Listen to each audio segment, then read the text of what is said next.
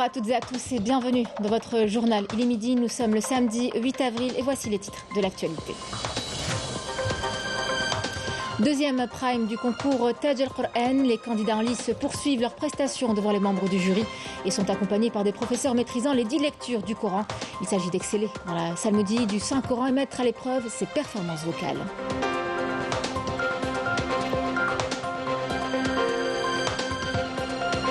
Zakat el-Fitr a été fixé cette année à 120 dinars par le ministère des Affaires religieuses et des Waqf, un devoir que tout musulman se doit d'accomplir. Les imams sont appelés à collecter cette aumône. Des cagnottes ont été mises en place.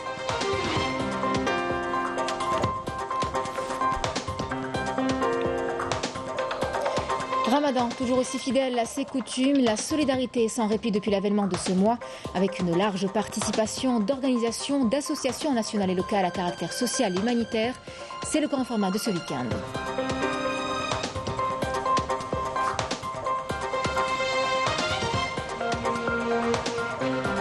Et puis nous terminerons avec cet iftar collectif organisé hier soir le long de l'avenue d'Idouche Morad à Alger.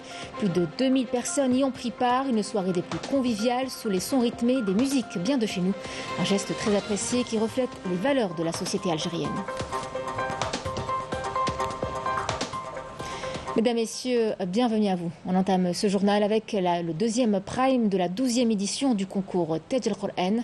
Les candidats en lice qui poursuivent leurs prestations devant les membres du jury sont accompagnés par des professeurs qui maîtrisent les 10 lectures du Coran. Les compétiteurs ont pour objectif d'exceller dans la psalmodie du Saint-Coran tout en mettant à l'épreuve leur performance vocale. Hicham Sadoudi et Mariam Damis.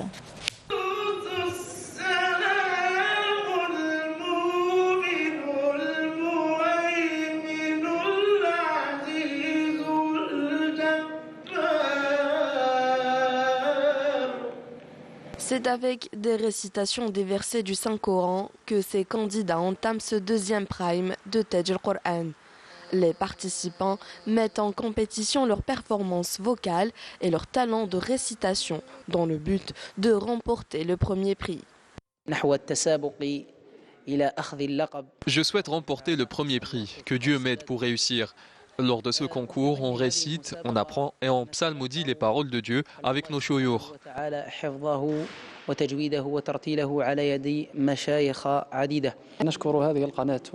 Je voudrais remercier la télévision algérienne et tous ceux qui ont participé à l'organisation de cette compétition louable. Tout au long de la compétition, les concurrents seront encadrés au niveau d'un institut de formation où des cours de psalmodie et de prestations vocales leur seront dispensés. À l'Institut de formation de Taj al-Qur'an, nous apprenons la morale du Saint-Coran. Les enseignants nous encouragent et nous incitent à apprendre une récitation correcte du Coran.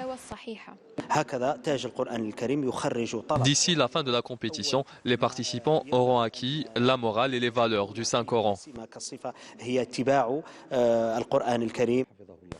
La compétition se poursuit pour ces candidats qui souhaitent décrocher le premier prix de Taj al-Qur'an de cette année.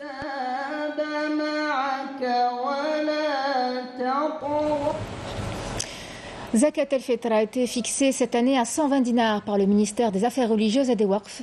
Un devoir que tout musulman se doit d'accomplir. Les imams ont été appelés à collecter cette aumône depuis le 15e jour du mois de Ramadan. Des cagnottes ont été mises en place au niveau des mosquées. Walid Yousfi.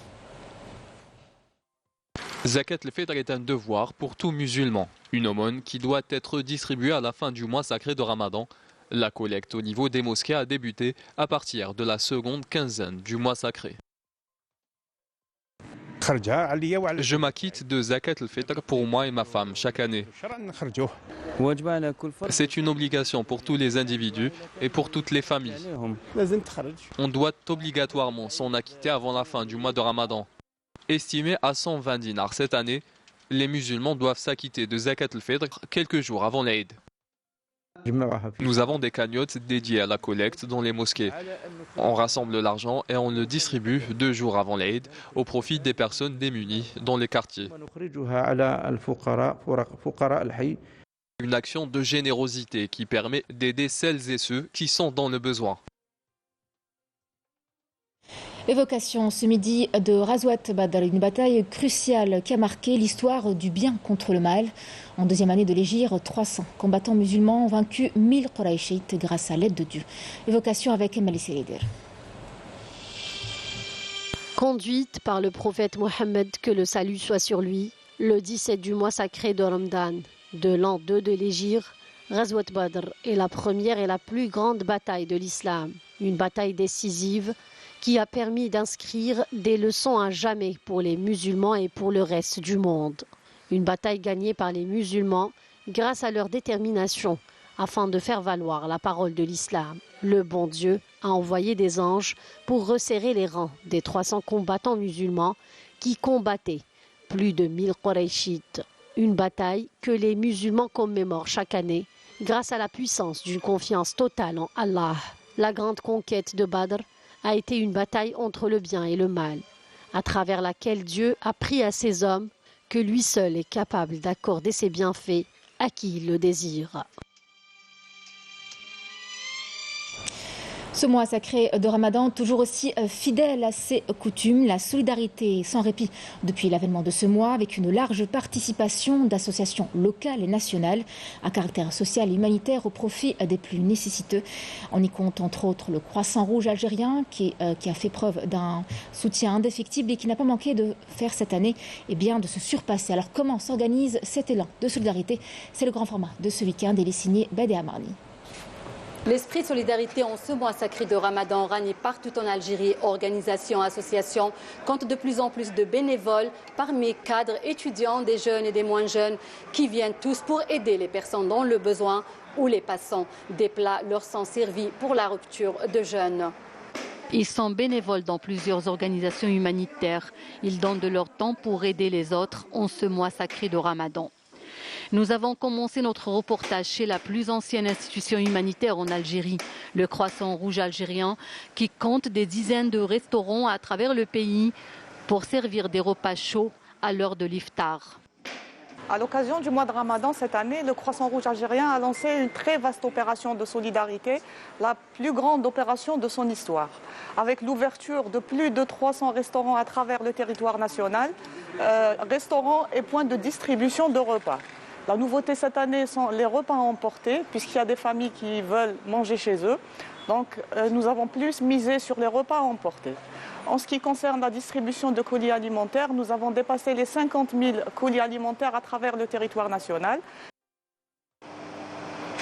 Dans cette crèche du Croissant Rouge à Louiba, un espace est réservé pour préparer les différents mets. Au menu, une bonne shorba et un tagine zitoun. Les bénévoles s'affairent autour de Nedjia, la cuisinière, pour être à l'heure de l'iftar. Dans sa cuisine, elle ajoute les ingrédients, vérifie les marmites. Les odeurs qui embaument l'endroit chatouillent nos narines. J'ai aimé cette idée de travailler comme bénévole. On apprend beaucoup de choses et surtout, on soutient les autres.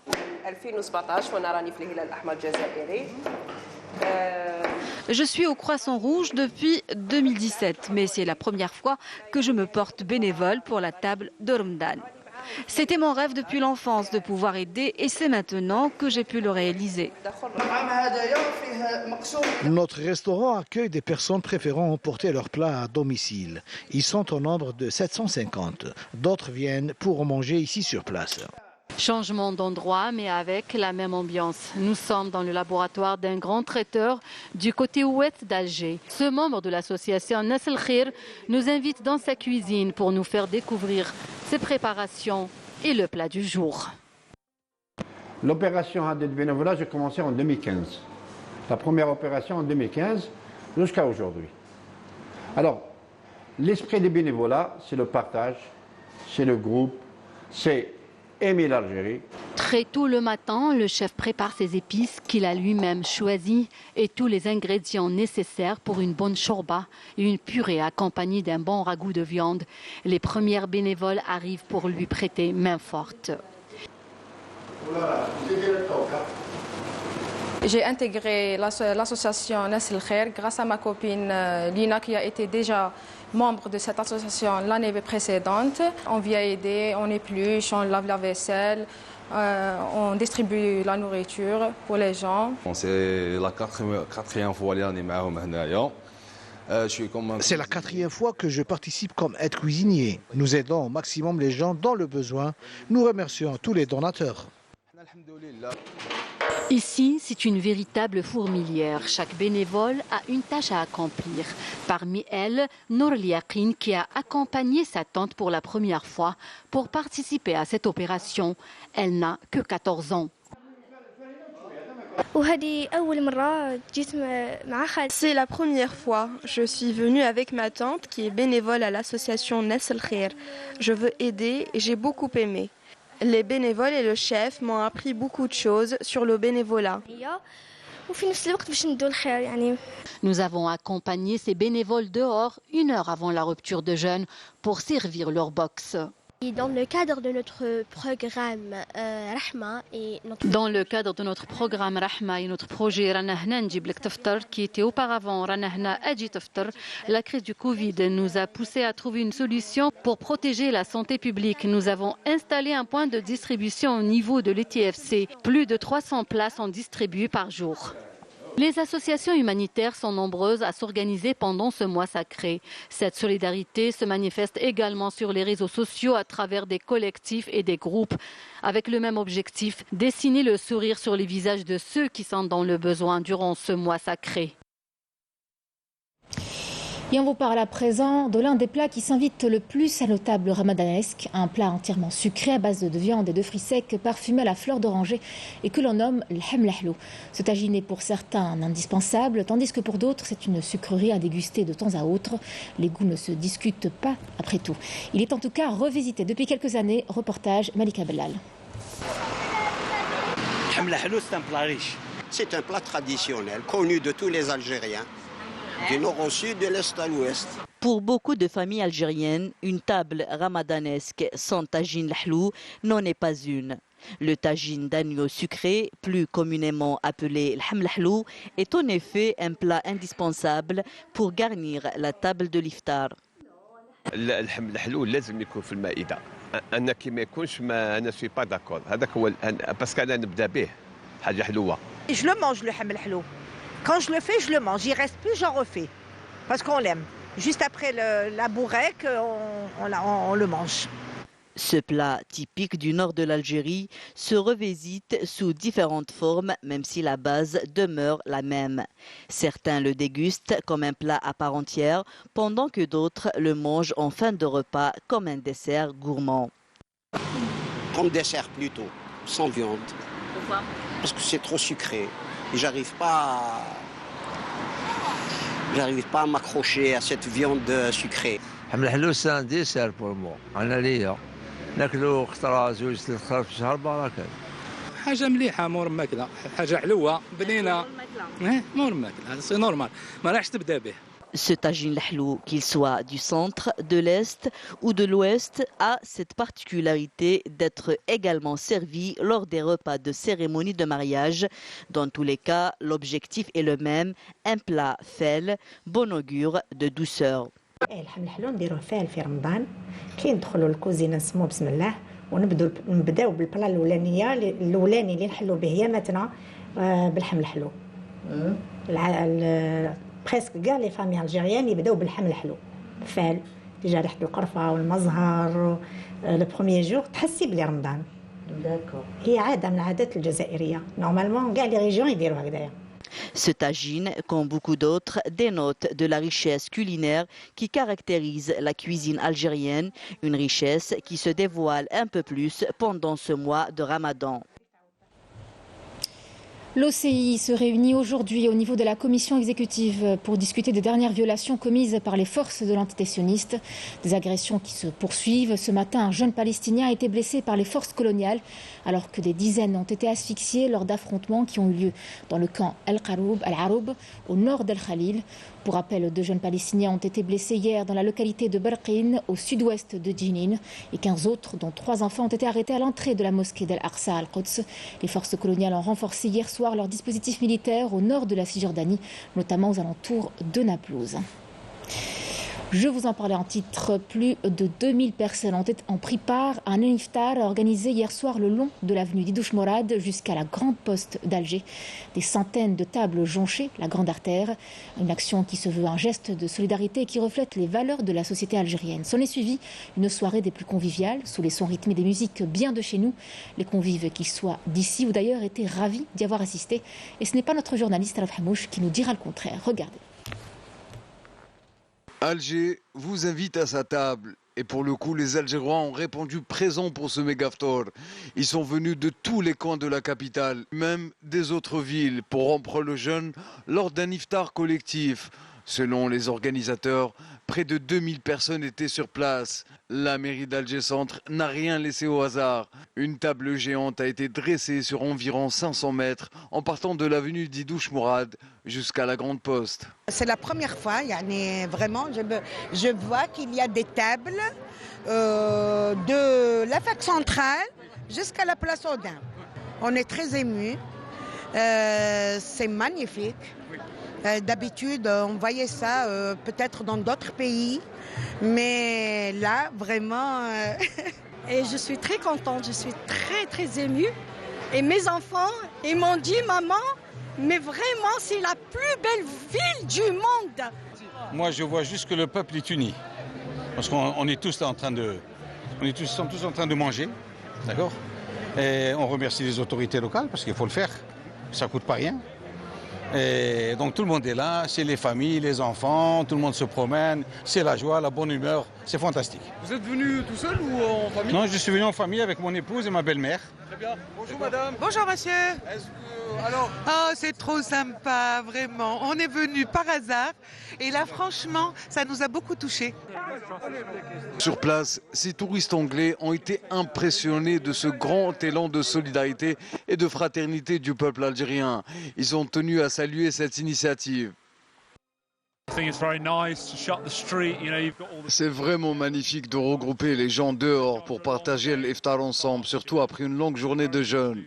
C'est super de se regrouper ici chaque vendredi et passer un moment agréable. C'est une très belle image que la communauté musulmane donne. Les Algériens sont hospitaliers. Nous avons été chaleureusement accueillis. Nous sommes en Algérie pour un séjour de vacances. On nous a déjà parlé de cette rue et en passant, tout le monde était gentil avec nous et nous ont invités à nous joindre à eux pour manger ensemble et on le fera avec plaisir.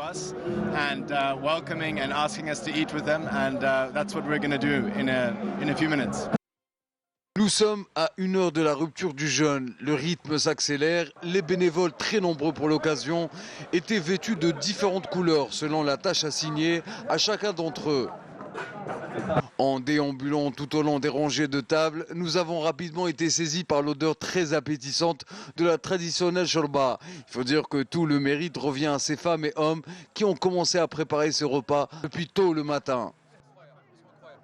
Depuis 10 h du matin, on place au Tawabel. C'est très bien organisé, on manque de rien. La nourriture est chauffée les chapiteaux et on sert à manger chaud pour tout le monde. Et nous avons répondu présent à l'initiative de la maire d'Alger qui nous a demandé de participer à la mise en place de ce ftor géant qui est juste magnifique et un succès incroyable. Vous êtes fatigué? Franchement non, je ne ressens pas la fatigue. On est tellement heureux de voir des sourires sur le visage, voir des enfants se réapproprier les espaces publics. On a besoin de rendre hommage à notre ville est belle et on a besoin de le lui rendre. 19h19, c'est l'appel à la prière du Maghreb, un moment tant attendu par tout le monde. Une participation considérable faisant ressortir les valeurs du peuple algérien. Le tout dans une ambiance conviviale et bon enfant. 10 minutes après la rupture du jeûne et spontanément, des centaines de jeunes commencent naturellement à danser dans une ambiance purement algérienne.